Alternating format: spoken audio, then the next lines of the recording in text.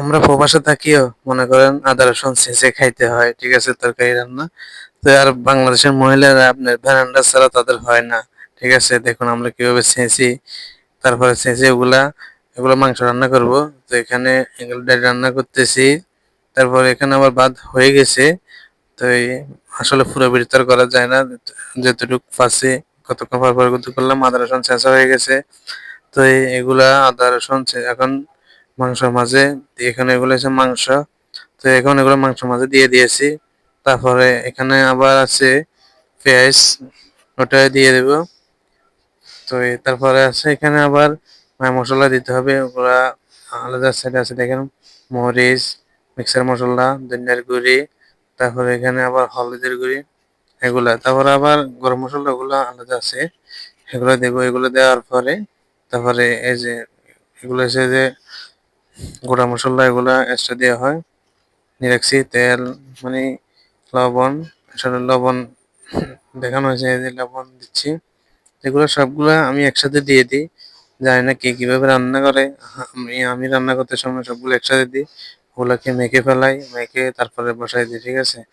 তো দেখুন কিভাবে আজকে রান্না করতেছি। আসলে করি না, মানুষের মনে করে যে প্রবাসে মানুষের রান্না করে খাওয়ায়, আসলে এখানে যার রান্না সেই করে খেতে হয়, ঠিক আছে। দেখেছেন? তো তেল দিয়েছি আসলে, বোতল বড় বোতল, তো তো এই ডালতে ফরদি ডালছি আবার। তো এখন দেখেন সবগুলা মিক্সার করতেছি, চামচ দিয়ে করছি, মানে হাত দিয়ে করি নাই, ছোট চামচ দিয়ে সবগুলো মিক্সার করছি। এখন চুলায় জ্বালা দিচ্ছি বিসমিল্লাহ হয়ে। তো এই দেখুন আস্তে আস্তে কষানি হয়ে গেছে, মানে কষানি চলতেছে। যেখানে পানি বাড়েছে গোস্ত থেকে, ঠিক আছে। প্রথম রান্না করতে সময় কোনো সময় পানি দিবেন না, গোস্ত থেকে পানি আসবে যখন গরম হয়ে যাবে, তখন হালকা করে চুলা ডিম করে দিলে ওগুলা পানি অটোমেটিক আসে। তো এখন ডাইলেতে রসুন তেলে দিব, এয়ার রাখছি, পেঁয়াজও দিয়েছে, মানে একসাথে এগুলো দিব। জিরাও দেওয়া যায় কিন্তু জিরা দিই নাই, এখানে পেঁয়াজ দিচ্ছি সেজন্য জিরা দিই নাই। এটা দিলে একটু ঘ্রাণ হয় ডালের মধ্যে, ঠিক আছে। তো এগুলা সবগুলা এখানে আস্তে আস্তে হয়ে যাচ্ছে। এখন রসুন একটু লাল হয়েছে, আর তারপরে পেঁয়াজ দিয়েছি। তো ভালো করে লাল করে বাস এখানে দিয়ে দেব। দেওয়ার পরে অনেক ইয়া লাগবে। দেখেছেন পুরোটা লাল হয়ে গেছে। এখন কেমন হয়েছে দেখেছেন, রসুন দিয়ে দিয়েছি। এখন এখানে মাংস, বা দেখেছেন মোটামুটি কালার চলে এসেছে মাংসর।